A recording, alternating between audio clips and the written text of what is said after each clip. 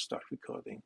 And actually, we have had a little presentation of who you all are. So we have people from basically more or less all over, like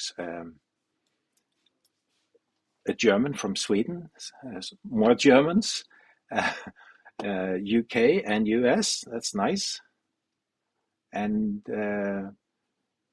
I am on the west coast of Norway, and Erling is on the east coast of Norway.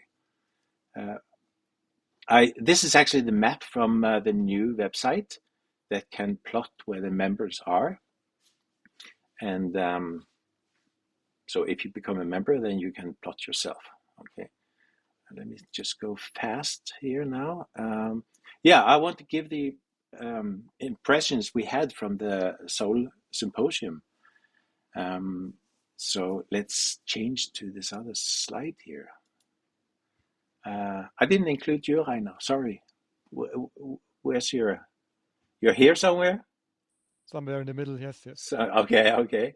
So, but we actually met in the middle and took the same airplane down to Milan, and then train up to the Lake Maggiore in northern Italy, October 24 to 27. And the Soul Foundation, I'm going to walk through a little bit.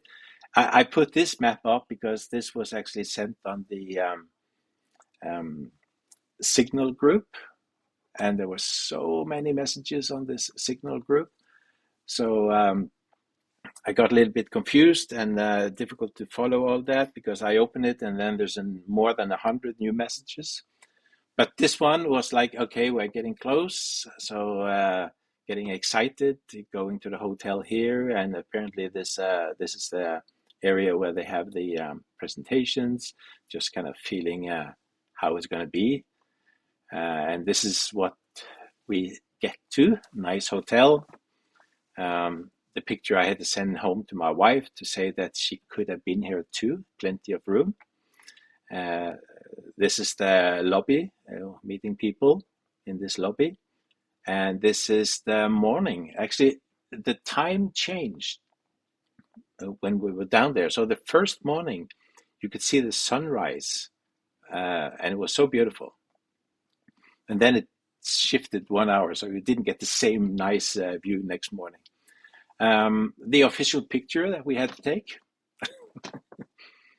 And then we went down and just met people. We met Artem and from Ukraine, and we met Francisco from Portugal. And of course, we are among the first to go into the hall to get not the first row that was reserved, but the second row.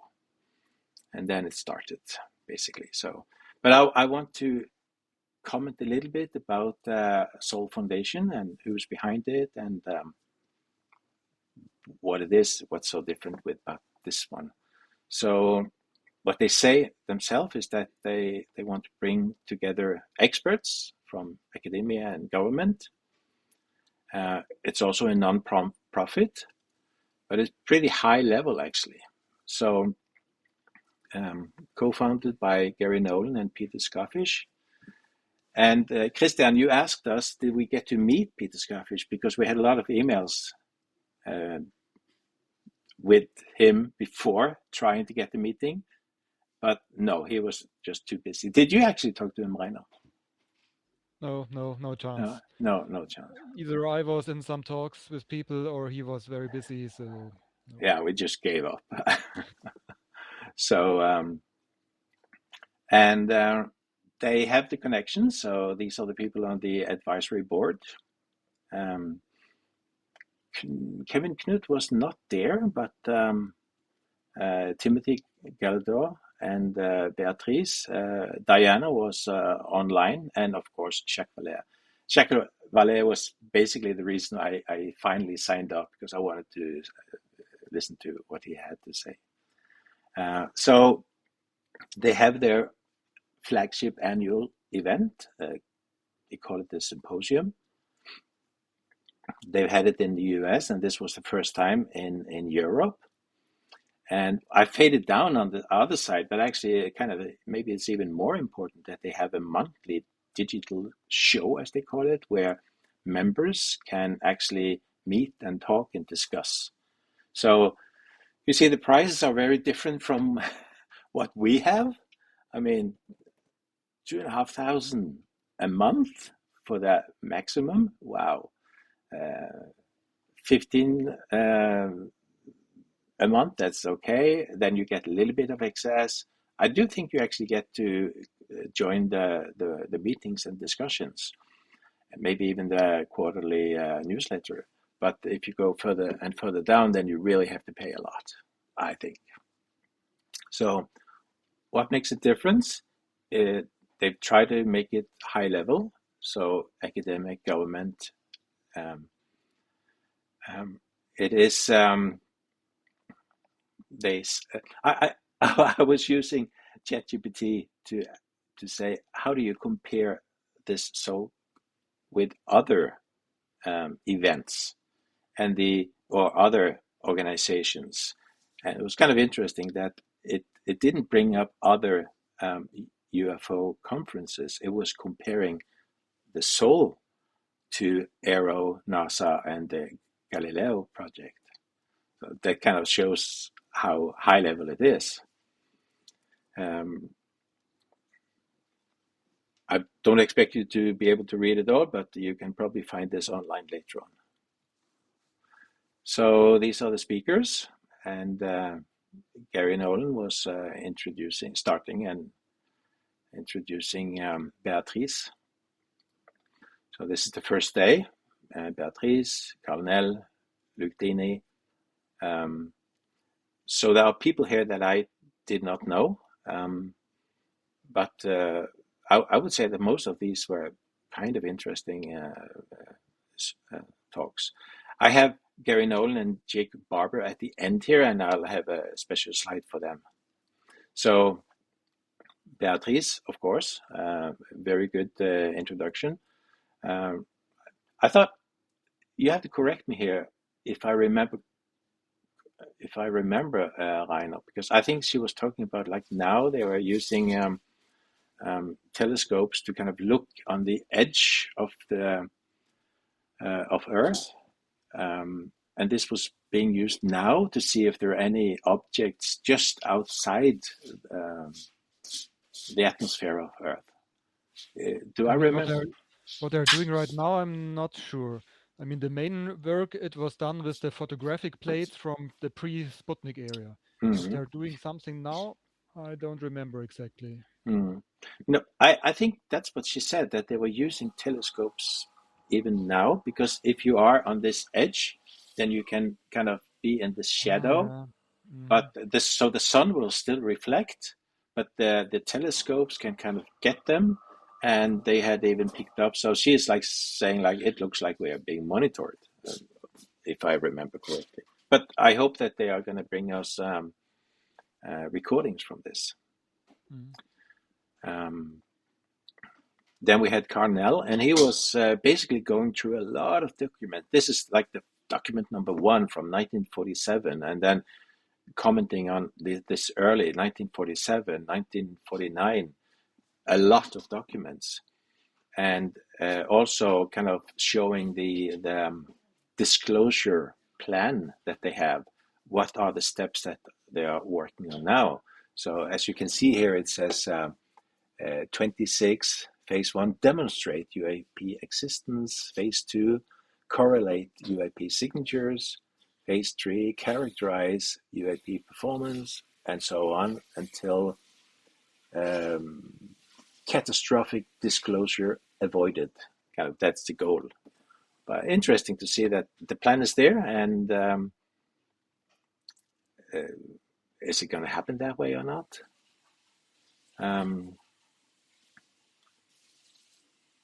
Why not? You have to tell me if somebody has their hand up or wants to talk, because I can't really see it properly because I'm just like focused on this. Yeah, Okay, speak up okay. if you want So to talk. if anybody has some questions, please stop me.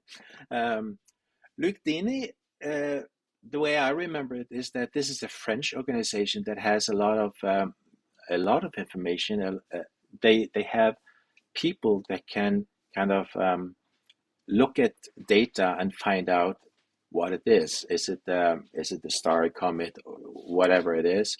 So they have experts. So we can basically, if we are really in doubt, we can send information to them and ask, please help us to identify what is this. And they also have quite a lot of data systems. So I have had some emails back and forth with him, and it was very interesting. His English was very French English, so you had to concentrate, but the message was clear and very interesting. And then we had on screen Diana. She was talking about these phenomena in like a religious setting over the time. And of course, the one at the bottom here is Fatima in Portugal. That's 1917. And she was talking about this phenomena in Egypt, where there's some kind of creatures that people saw, and it was seen for many, many years, 68 to 71, over 3 years. And pictures and lots of people standing outside looking at this. I thought it was kind of interesting that the stories you told about this monk that levitated. She had many stories about levitation, but the funny story about this is that it, it, it was very well documented, she said, and the thing is that it was not just one time. It was like, who's going to keep him this week, because he goes up to the ceiling, and then who's going to get him down again? It was almost like laughable. And sometimes it was not that he was levitating. Sometimes he was so heavy that 3 grown men could not carry him. Like weird stories. So definitely interesting to see how it goes back in history. Strange stories. Jacques Vallée. Well, you made me go to the Seoul Symposium, but I was a little bit disappointed because he had one case and one case only, and the most important part for him on this case was that there was this very, very strong light, and he even had some samples from the trees around. So he said, "My witnesses are the trees." Okay. But there's, of course, so much that he has talked about and written that if I came and hoped that he would kind of give an overview of his thoughts, I didn't get that. I got one case. But I have some pictures. Maybe I will show them later on when there is a gray hair in the front, and that's him. So I on purpose lowered my camera so I got Jacques Vallée in the frame. Gary Nolan and Jake Barber had a nice conversation on the stage, and I'm assuming that everybody knows who Jake Barber is, founder of Skywatcher, but he was also the one that, after David Grush said that we have a UFO crash retrieval program, a year after he came forward and said, and I was on that program. So I think most of you have seen the video, actually not taken by him, but there is a kind of a night vision recording of a UFO that is being moved by a helicopter. And he said, that's what I was doing. So what they're talking about now, and the picture behind them is actually from one of the operations in Skywatcher. They had been out. They had actually seen these UFOs, and in the beginning it was like they could see them, but they couldn't see them on the radar. I think, if I'm correct, they finally managed to. Maybe they had to fine tune the radar so they could also get them on radar and on camera and visual. But the funny part is, in this case, is that when they sent out Jake to follow it on the helicopter, when you're up there, when you're close to it, and this is a picture, a real picture, they could not see it. They even said that they removed the doors on the helicopter, but they were flying blind. People on the ground talked to them and said, "It's there, right next to you." No way, they couldn't see it. Um, and he also had a video of the instruments from the helicopter showing that when the thing was close to them, suddenly the instruments just didn't work. It's like they could not move the helicopter forward, backwards, up or down. It just stuck there. And he said, kind of a good documentation that they actually got to have a video of this. Yeah, so there are lots of stories they talked about. Let me see. And of course, I needed Rainer. You didn't have the guts, did you? I want to have a picture when they publish some data, but up to now it's a little bit much stories and a Uh, little less data. oh, okay. Oh, yeah. Well, anyway, I got to talk to him. I had my tricks up my sleeve because I know that one on his team, his name was Fred. So I went up and said, "Hi, my name is Fred." And I also he told us that his son was interested in this, so I made sure that he got some stickers to his son from Project Testalen. So anyway, interesting to meet all the people. Day two. So day one was kind of like, wow, so much. And after that day, we went to eat pizza just across the street, and we met so many from ICER, and I think it was like 15 or 20 people in that room, and they stood up and said where they're from, and so we had a lot of good, and yeah, it was not just the pizza. I was just talking, talking, talking. Day two, um, Fabio is a member of the European Parliament, so that's interesting to get the politician, and also Christian Peters is also talking about more this the political way. Um, Bolander is a professor of law, and I'm going to comment it later, but I actually thought his presentation was very interesting and very funny in a different way. Gelador, yeah, okay, let me see. So the fact that we actually got a politician at this level and that they are trying to um, look into these phenomena at the highest level. So that's interesting. That there is work being done. This is Bolander, so he's the lawyer, and he's basically asking like, if you have abductions, somebody should be held responsible. It's a valid question. Like, I mean, we have human rights, we even have animal rights, and if somebody is just taking people without their will or knowledge, a lawyer should be involved. And that's the simple message he gave us, but the whole presentation I thought was interesting.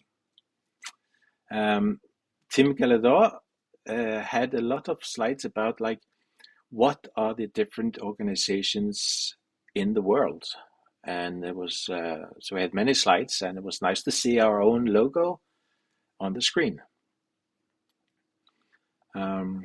Then we had Anne. I can't say the last name properly, so let's go for Anne. She was talking about like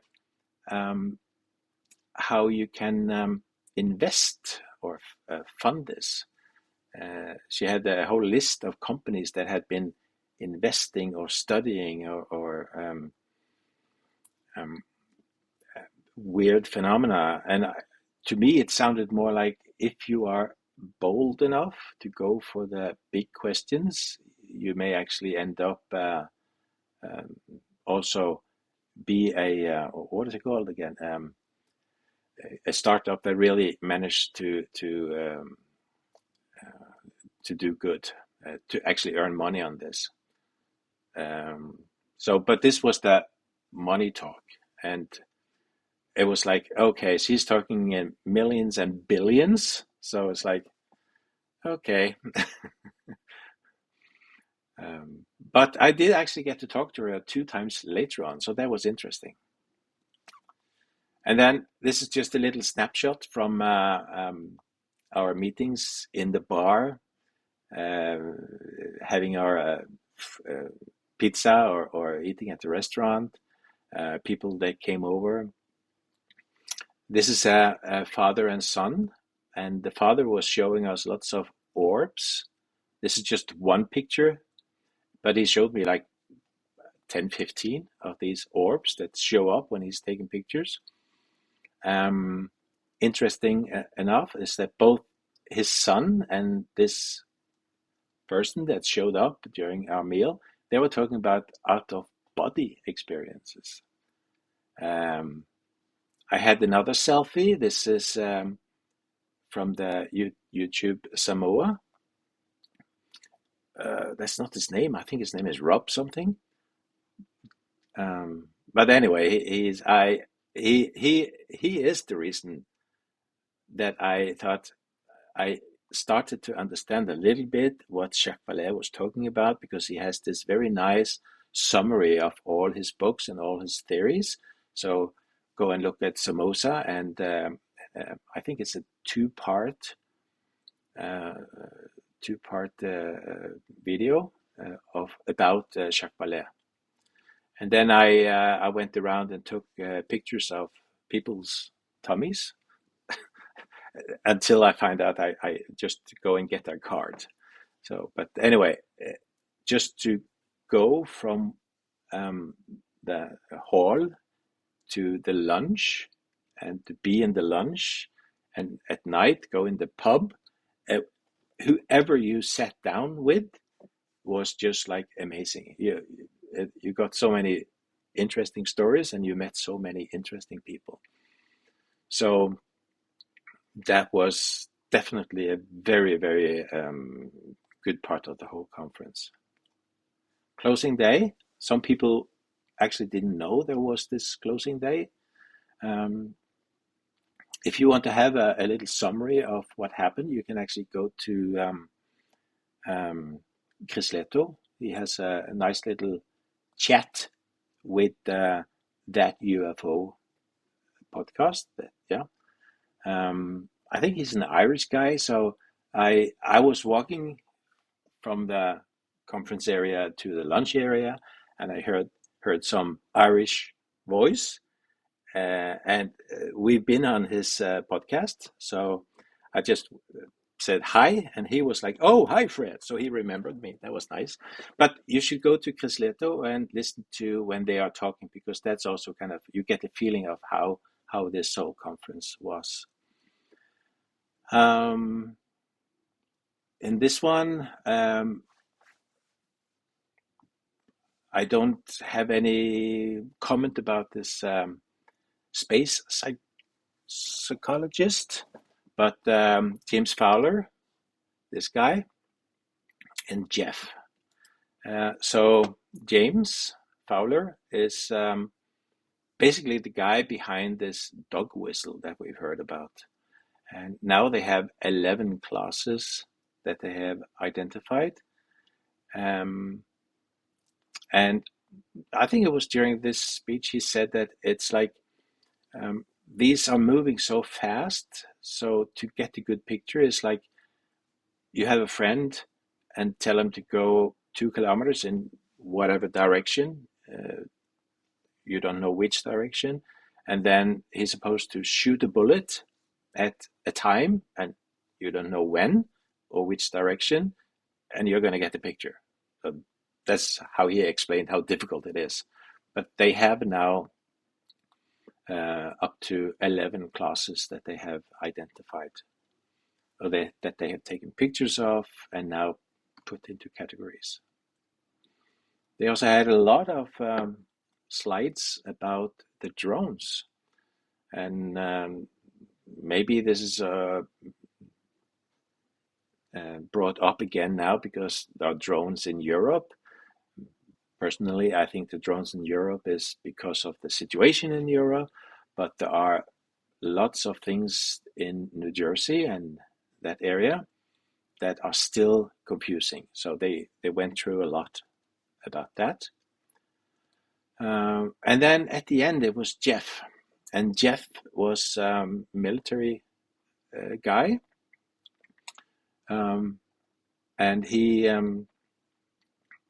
he was asked to come by his colleagues. They said, there's something you have to see. And it was like, I think it was like pretty close. And for me, it sounded like it was some 100 meters away. But the size of this object they saw, and it was a square object. I think he said it was like 100 meters in a square. And they saw it for quite a while, and they reported it up to the management. And they saw new lights later on, and they reported it up until they actually were told, "Okay, stop! Don't tell us anymore." So that was kind of the problem, that he would still get reports from his people, but they were told they don't want to have the reports anymore. And then he was actually telling about the difficulties for him as a whistleblower, and also his friends that also has come forward. Some of them, he explained, have really difficulties even to get the simplest kind of a job. They are really having a problem. It was very emotional, and people would stand up and give him a big round of applause. So this was the last one. I would, in the middle, this is not during Jeff's, this is during someone else's presentation. Then there was this guy, Whitley Strieber, I found out by doing a Google search, image search on his face. And he also said that he had written, or some other people said that he had written this book, Communion. This is back in 87. And some people said when I was Googling it that maybe because of his book and the way he drew this image, this is where we get kind of the big eyes of the alien. But what he asked was like, why don't we get to talk at conventions like this? Because he says, we are the one that have met them, been there, been on the UFO and so on, but they don't get to talk. I mean, you have it academic, you have the science, you have the politicians, but why not us? I thought this was kind of interesting. So what I did, and now you can tell me if it's right or wrong, but I have invited to a conference now in the 26th, and I want to have the science part, I want to have the academic part, and then I also would like to see if we can invite for the experienced part. So I sent an email to Preston Dennett, and he said that, yeah, if I can manage to get a conference, he will come. And he will also bring with him Dolly Safran. So now if you go to the new website and you click on the names here, you can actually go to their site or their YouTube channel and so on. So I hope... Just one comment. Yes, please. I know people who has the same experience here in Norway. So it's not only people from US. So if it would be interesting, I could get some people. That's interesting to see if we can get more people. No, the problem is that I need to have a number of people to sign up for the conference. So I have given him an invitation, but I told him there's a small letters at the bottom that says I need to have so and so, or I don't know the number yet, but I need to have a number of people to sign up before we can say it's for sure. And this we should be able to find out during the summer if we have people that are interesting. And I have put out a form, so please go and sign up if you would like to come. For now, it's just like, are you interested? Because I don't know the price yet. I'm trying to do like I did last time, try to make it not expensive. Because I would like it to be possible for most people to come. But then I also need a number of people to be able to afford to invite, like Francisco and Preston and Dolly and so on. And also very interesting for me is that, Francisco, we've been working with him to get the project going. We really hoped last year, but we didn't get the funding. But he's back on track to see if we can actually get funding. So maybe. And he wanted to make sure that if we have a cooperation between Project Hestdalen and the university in Portugal, it should also be a university in Norway. So Håkon Fyn have said yes, and he's been discussing with us. He's been to the conferences, even the field trip this year. And now I asked him that if we have this conference, could he talk? So, and he said yes. The only one on this this slide is I haven't properly asked Erling Strand yet, but crossing my fingers that we're gonna find a nice place for him to stay too. Erling, I'm just hoping. Oh, you're muted. I can't hear you. Still can't hear you. Okay. Anyway, I will hope for forgiveness later on. But anyway, I think it would be very interesting to see if we can manage to get this conference going. I will share this, and you have the links. The Soul Foundation. They also have a YouTube, and they also have news and events. And yes, so make sure that you also check out our own YouTube and the field trips. Make people aware of this. Whew. Okay, that's it. Questions about this or comments or? The thing you said about the cover of the Whitley Strieber book, Yep. people say that this gave the idea of what aliens are supposed to look like. Did I hear that correctly? I read something about that when I was Googling about him. All right, so Yeah. the opposed story is the following by Gary Nolan, who had something in his bedroom all his childhood. And he said when he saw that cover, he was in total shock because he said it's exactly what was in my bedroom all my childhood. So, Oh, okay. in this case, it apparently worked the other way around.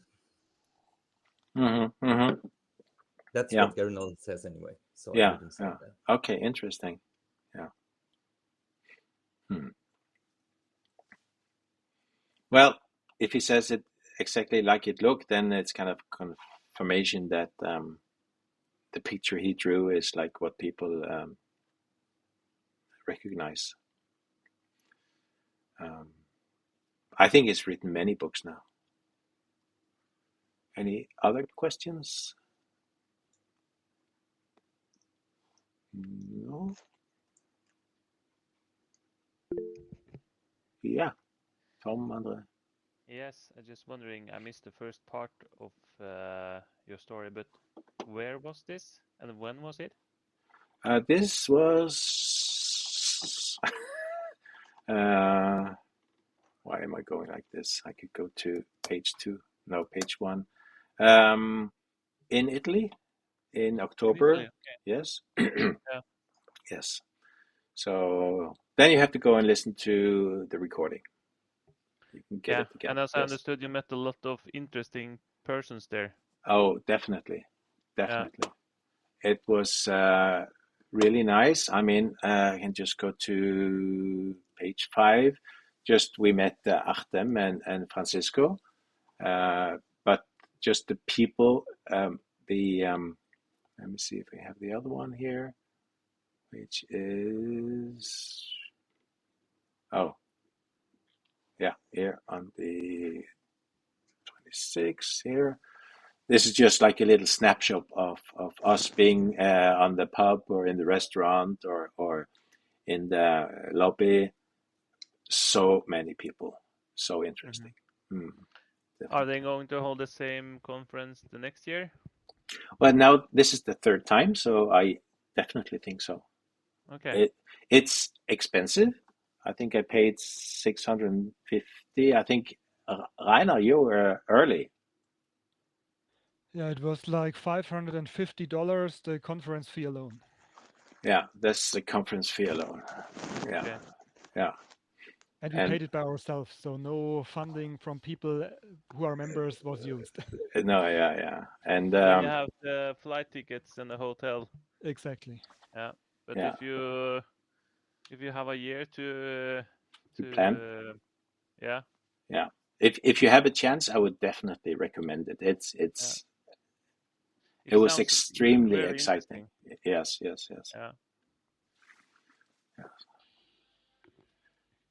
Yes. Okay, let's go to the next one. Okay, so I have commented about the field trip that I'm planning to have. So please sign up, meaning sign up that you're interested. I'm going to send out information as this progresses about because I don't have any prices yet. I have the dates, so have a look at that.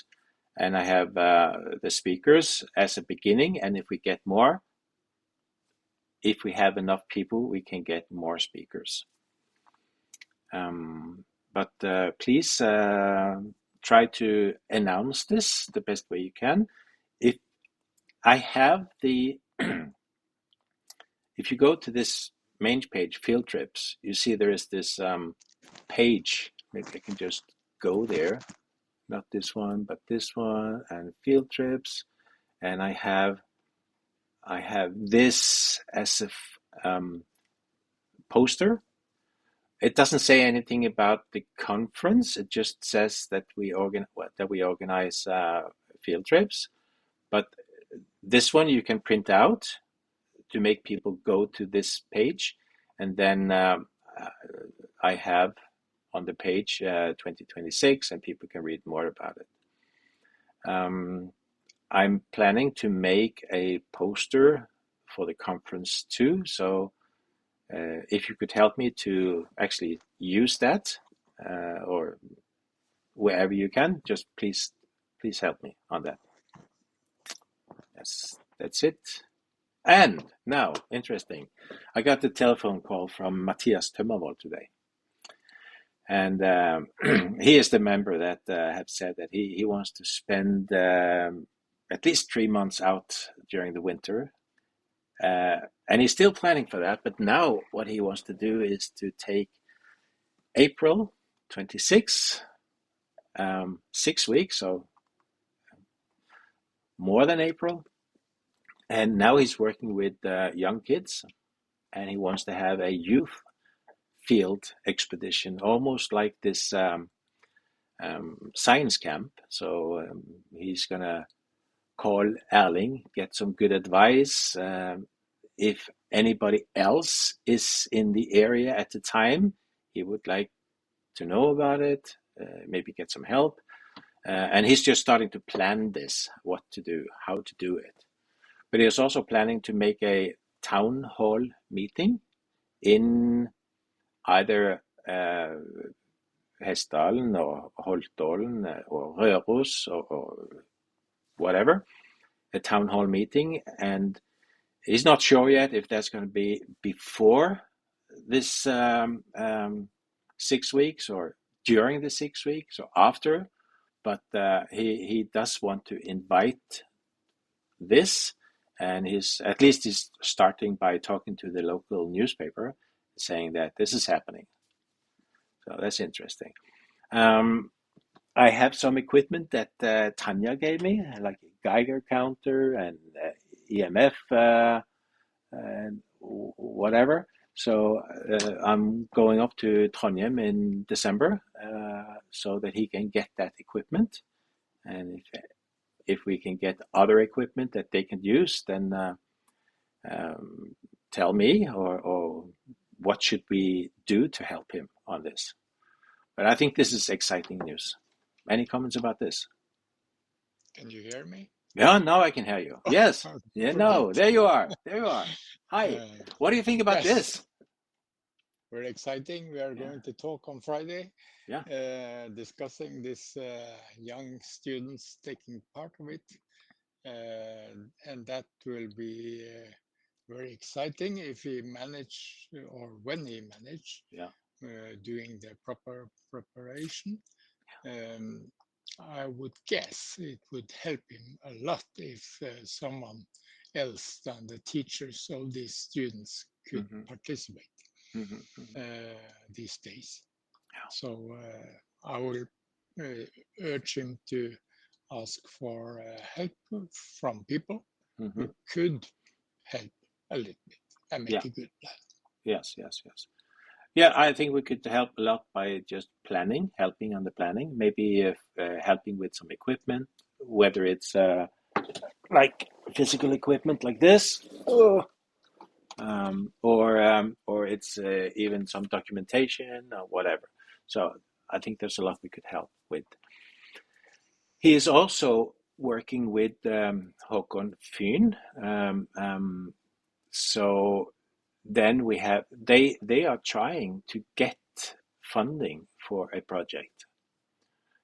Whether they get it through the Portugal cooperation or not, they want to see if they're able to get funding through their normal ways of asking for money in the Norwegian universities. So this is social anthropology, but I think this is also a very important aspect of the whole thing.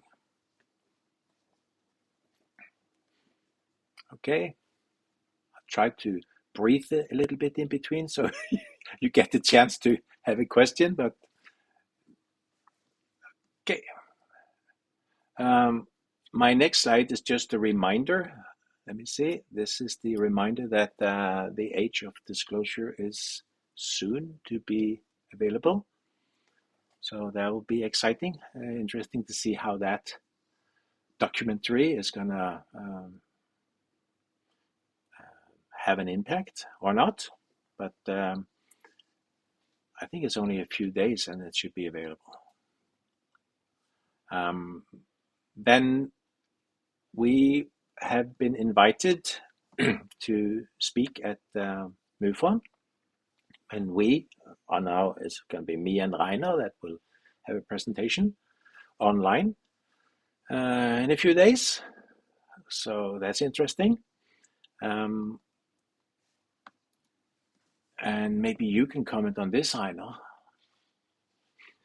Yeah, this organization is called Society for UAP Studies, or SUAPS in short, and they issue a peer-reviewed magazine called Limina, so a real scientific peer-reviewed journal about UAP studies. And the director of SUAPS was in Würzburg also this year in a German university where there was a workshop, and I got to know him, and yeah, he saw my presentation. I was giving the current state of the Hessdalen measurement devices, and he was asking me if I would be willing to present it also in their conference. They also have every now and then nice talks, and so the website is really deep. So there are lots of topics on the website, lots of information. So it's worth checking it out and see what they have. And the next one is actually UAP Summit. So we've been asked if we could have a presentation there too. And kind of more interesting is that before this summit, we've had one meeting, and they plan to have more meetings kind of to align the speakers before this happening. And that was, I think they have about 20 speakers. That's what he said. But the people and the knowledge in this group was amazing. I was impressed. So what's the next one? Yeah, just short comment. I actually don't know how the Mexican EMIX found us. Did they say anything about that? No. Have you heard? Yeah, Erling, do you know about them, EMIX? Not them, but I know that very many people have heard about Project Teston. Yeah, well, into the topic because yeah. I've been doing this. Well, we have been doing this so many years, so yeah. I would guess they have followed what's happening, and so they heard us through there. Yeah, I would guess so. Yeah. Anyway, so once again, they want to find a date, and we're going to have a presentation even for them. And they were also talking about equipment. They had 32 stations in Mexico, and they want, maybe they could have one in Norway. So that would be interesting. So crossing our fingers. Then I got a podcast interview request. So I like that. This is from the UAP Files podcast. So we're just going to find a time and a place and have a talk with him. So Christian, you have been helping me with this before. So now it just comes to my inbox. But I would like to remind everybody that if you think that some group should know about us or we should talk to some people, send me an email or send Christian an email because then we can see if we can find a time and a date to do that. So yeah. Yes. Yeah. New website. Getting closer, but I would like to show you a little bit now on the old one. I've been kind of following all the stuff that we have here, and I've tried to move it over. So going back to the home page, maybe I should make it a little bit smaller. Oh, you have made this longer, right? Yes, I did. Yes, okay. I changed it a little bit because I thought that was more relevant what I wrote there than what was there before. Yes. So this is actually a confirmation that I'm not alone anymore to make the website. I have Christian helping me, and it's not that easy because you have an editor in the back end where you basically fill in the form, but it means that you have like one field here or another field there, and it's not that easy to understand where does it show up.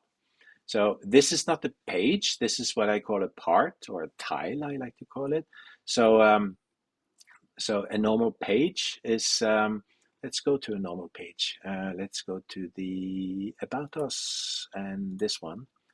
So a normal page will have a picture, a title, a byline, a short summary of what it is, maybe some tags, and I can even put on some other sub-elements to like links to it. So as I scroll down, you can see that you see what page you're on, and you can have this menu always on the top.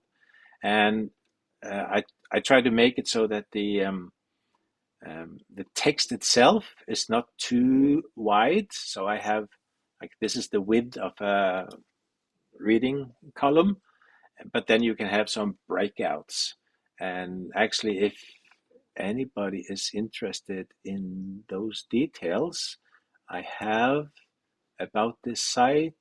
Actually, it's open source software. So if anybody wants a copy, you can just get a copy. And I made some examples here of the different things you can put inside the page. Like you can have, so this is an example of like a page. This is the fill in the form, but you can also put in components or blocks.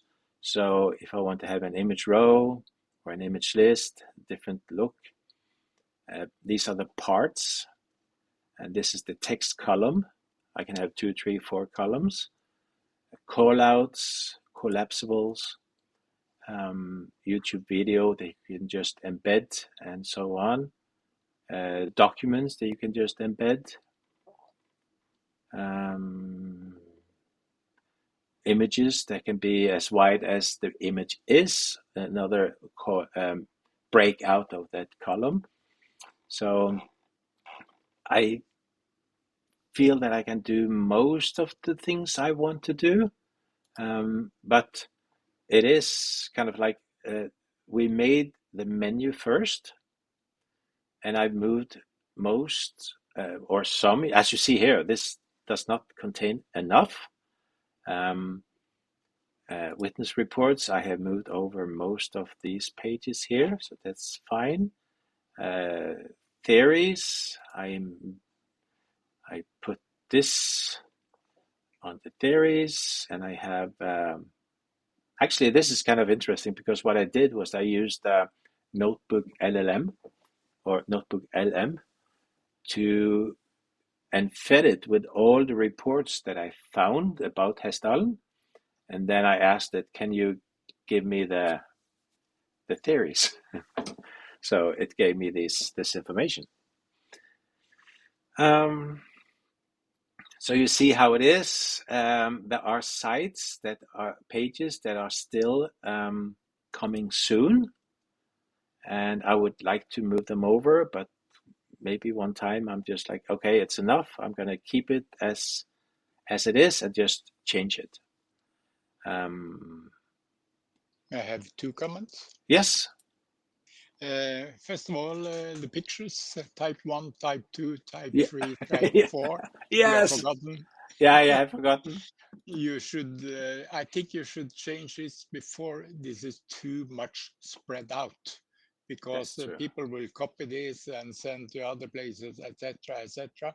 Yes. So it should be correct from very as soon as possible. Yeah, I'm just hiding behind this one now.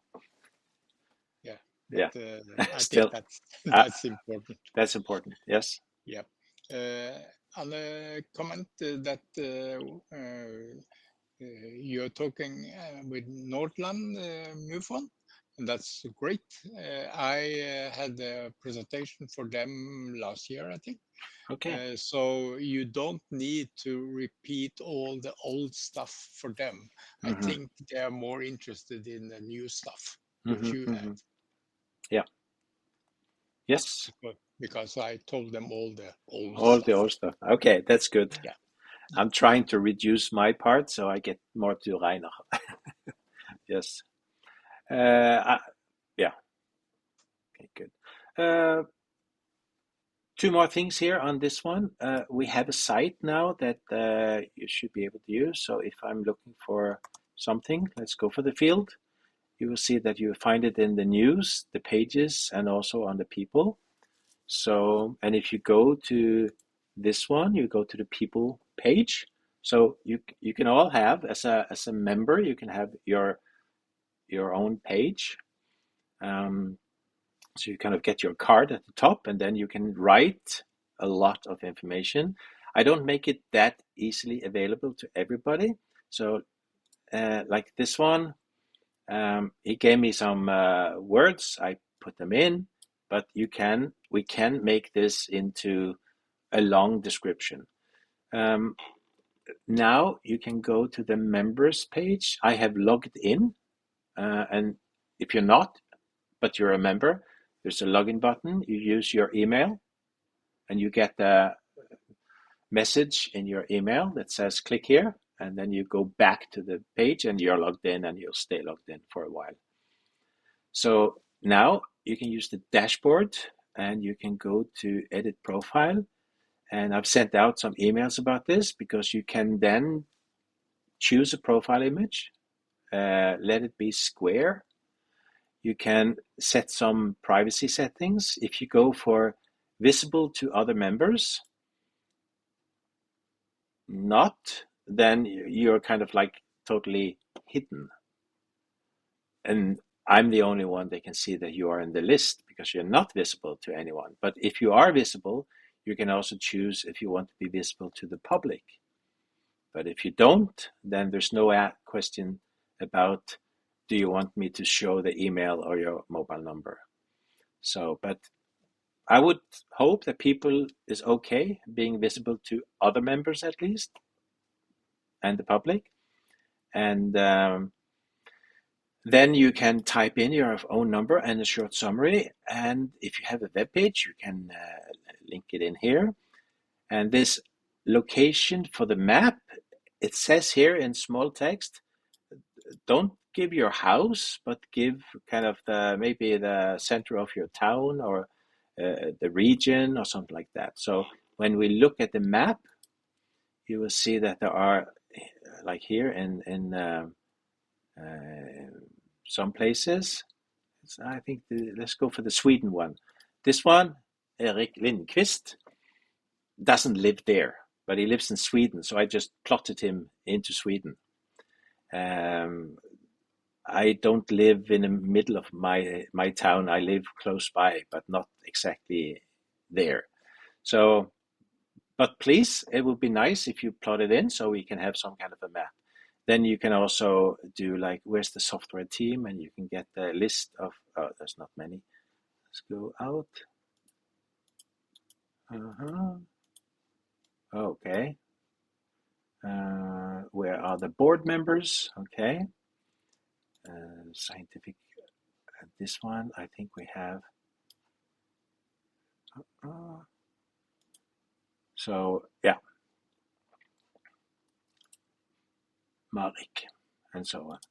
So I cannot actually show you much more now, because if I go further down, then you will actually see that, or if I say all now and go down, then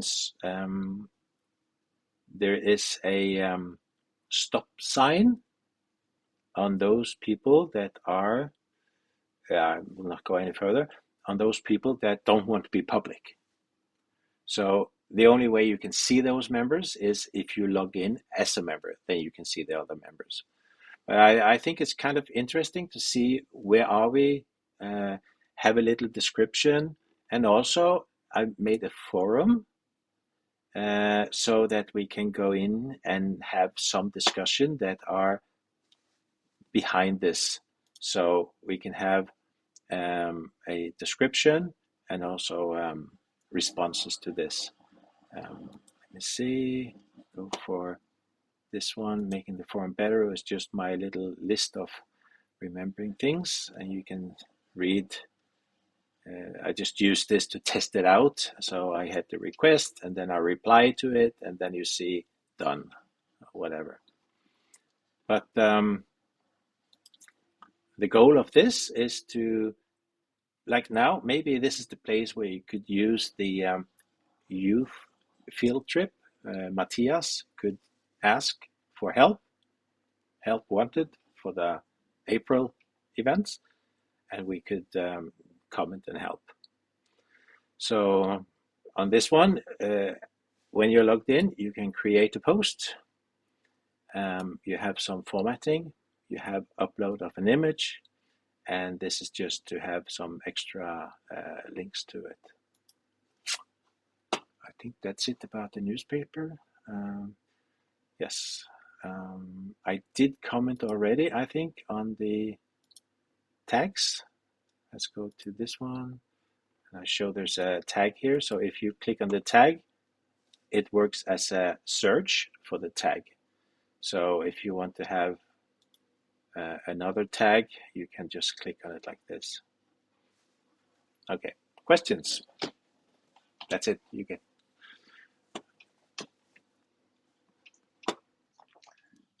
The interesting, good question.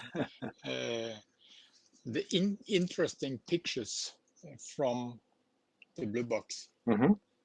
Is that put on a No. place where it's easy for people to access? It should be under the news and press, and I think it should be here somewhere. Yeah, I think it should be some interesting pictures and videos from the Yeah. Blue Box. Yeah. I think we already have a lot. We have a lot. Yeah, it's on the coming soon, basically. Yeah. Yes. So I still have some work to do, and it does take time, unfortunately. When I move it over, my goal is to make hestdalen.org as the main site, as you see it as the new one, hestdalen.org. And this one, the old one, will then be web, not www, but the web. So it will still be available for some time. And I will link back to it. So it's not going to go. Tom André. Yeah, I'm just having a question regarding the Blue Box. Yes? Are there still some issues with the live stream? Because each time I go into the live stream, the camera is only loading. Spinning, yeah. Yes, Yeah. they are. And Martin knows about this, and he also is thinking about a solution. It just takes time. So it happens for me too. So normally either I get the loading screen or I get like 7 hours back in time the live Yeah, stream. it's the same for me now because I'm actually in YouTube and checking it right now, and it says the time now is 5 o'clock approximately. Yeah. Martin is aware of it, and we have to ask him or see when he has time to fix this. Yes. Okay. Yeah. And can I just ask another question? Yeah, go on. I had some time at work yesterday, so I did some searching regarding Hestdalen phenomena, and I came upon this guy called Per Moen. Yeah. Has anyone spoken with him? Yes. Okay, because I haven't seen him before, and he had a lot of interesting stories to tell. Yeah. He's the brother of Jan Moen. Yeah, I thought that. Yeah.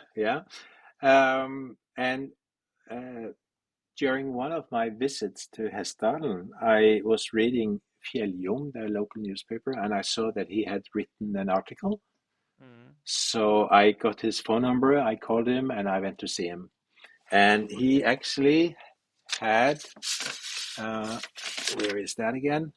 Somewhere, lost, but somewhere in my bookshelf. Just when I went to see him, the reason he had written this article is that because he'd been sitting downstairs in his study room or reading room, and then he sees something kind of going slowly down, and he didn't have the camera, so he went up to the kitchen, took a picture of it, and it was just as it was kind of crossing the tree line. So you see it just over the tree line, and so he gave me a picture of that. And if you go to him, you have to put aside at least 2 hours. Yeah, that's no problem for me. I had it's very interesting. Yeah, I had like 4 or 5 hours with Jon Arvid Aspaas the first time I met him, so that's no problem. But I just hadn't heard anyone mentioning him before, and I didn't see him when we were in Hestdalen this fall neither. So I don't know if he's the guy that shows up or if you have to contact him. May I come a comment? Yeah. He has had several sightings. He has written them down, made drawings, and sent them to me. And you can find his witness report on the observations site at Old Hestdalen.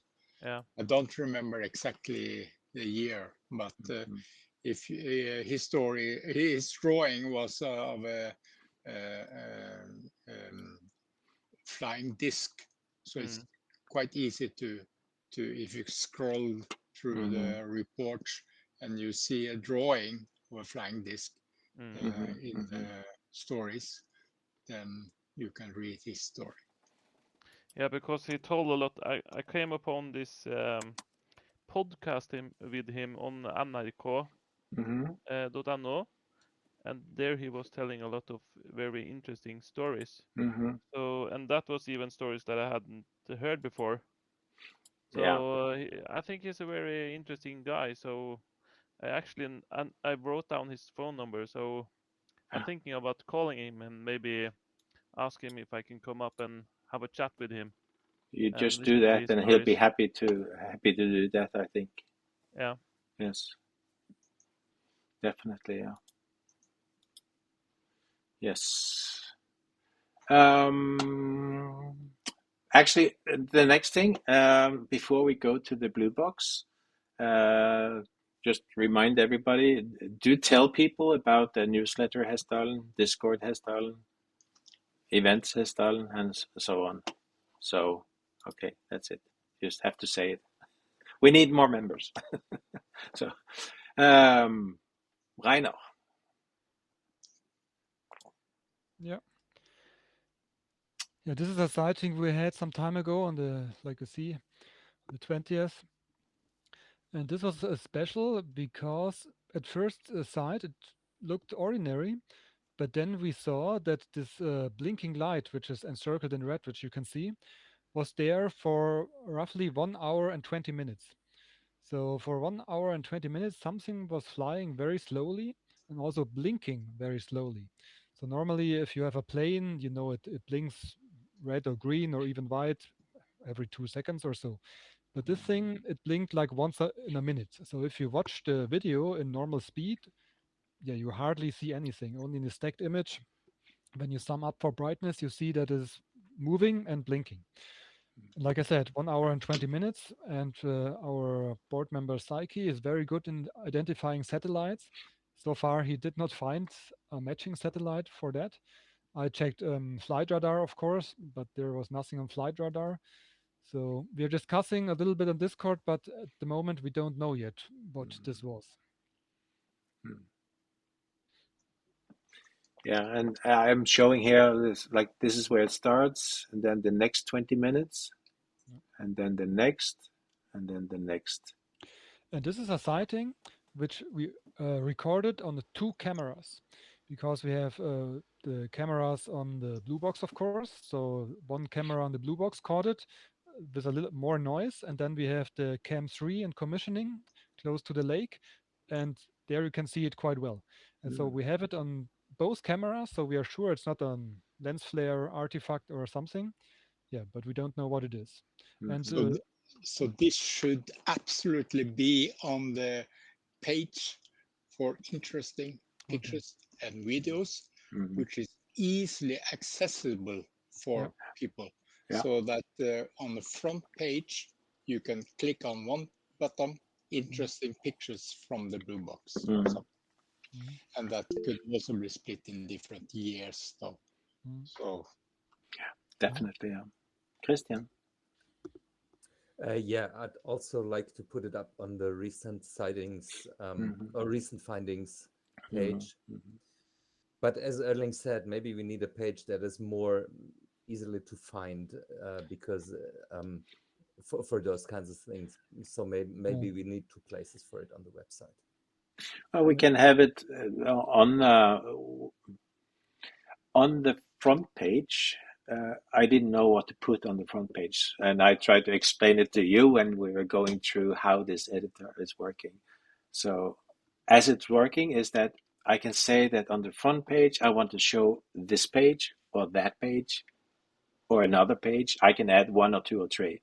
So if there is something of interest like this, of course, we can have like a main front page and then put buttons or information or call out to kind of click on this, and then you'll go to the current activities page, maybe.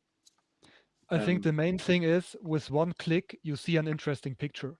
Yeah. So no matter where the headline is or so, but one button or whatever, see a click, and then you see an interesting picture, and then you can go to the different years and stuff. But I think the attention span of people is so short these days. So if they're looking for the phenomenon, they should be able to find it. Yes. So let me see. I think that next is off the record. So I'm gonna. And why do we stop it? Is because we have another one that is so new that we haven't discussed it enough yet. So that's basically why. So there's always going to be things that are discussed in Discord because that's open even. But it's sometimes we're not quite sure. So now I'm going to stop the recording. But before I do that, is there anything that anyone would like to say before I cut it off? Okay, that's it for today. Thank you.